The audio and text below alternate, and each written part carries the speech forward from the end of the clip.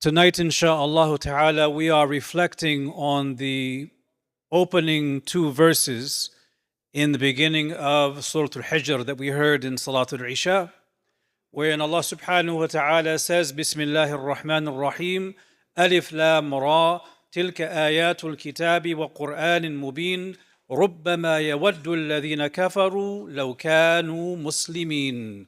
Allah subhanahu wa ta'ala says, Alif Lam Ra. These are the verses of the book in a clear Quran. The day will come when the disbelievers will certainly wish they had submitted to Allah as Muslims. ربما يود الذين كفروا لو كانوا مسلمين. There are a few different views among the early mufassirun about what is intended in this ayah.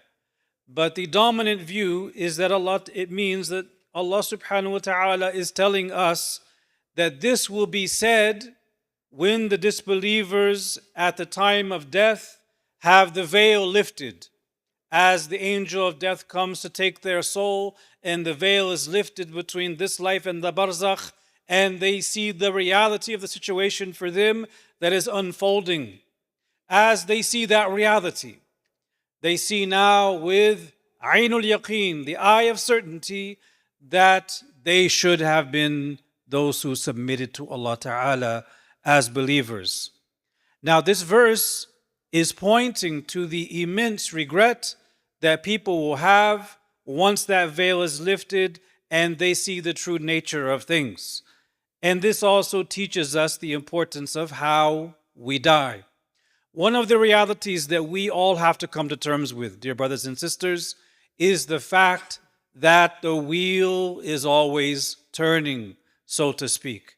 Meaning we do not know how we're going to leave this dunya. We do not know the state in which we will die. And so it is very important that, number one, we reflect on this reality, and number two, that we ask Allah Ta'ala for something very important. We ask Allah for Husnul Khatima Inda al-Maut. Allahumma arzuqna husnul khatima inda al-maut. May Allah give us all a good end at the time of death. What does it mean when we say husnul khatima?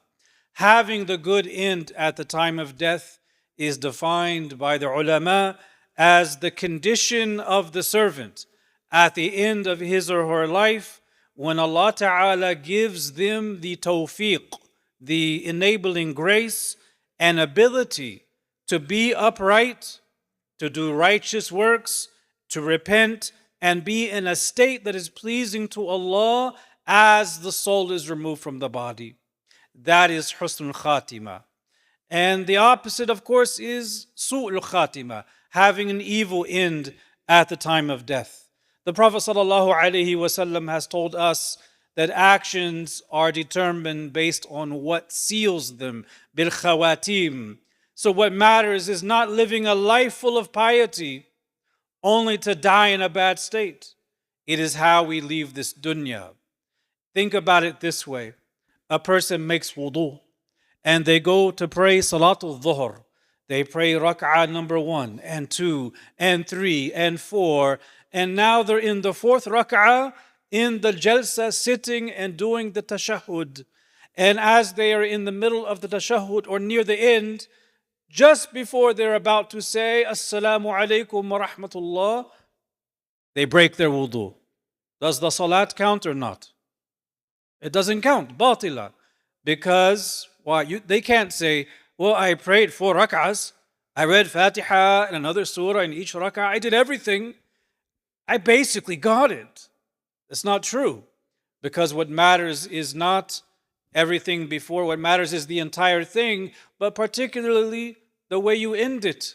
So if we live our life good, but we have a bad end, this is a bad sign. Now, one of the things we find in our history is that the ulama across centuries spoke about this in great detail. They talked about the beauty of the good end at the time of death and the evil of the bad end. What are the causes of a good end at the time of death? And what are the causes, the internal states that lead to a bad end at the time of death? What are the examples of good ends and examples of bad ends? For example, Imam Ibn Qayyim, he mentions in Al-Jawab Al-Kafi many different examples of people in his own lifetime and how they died.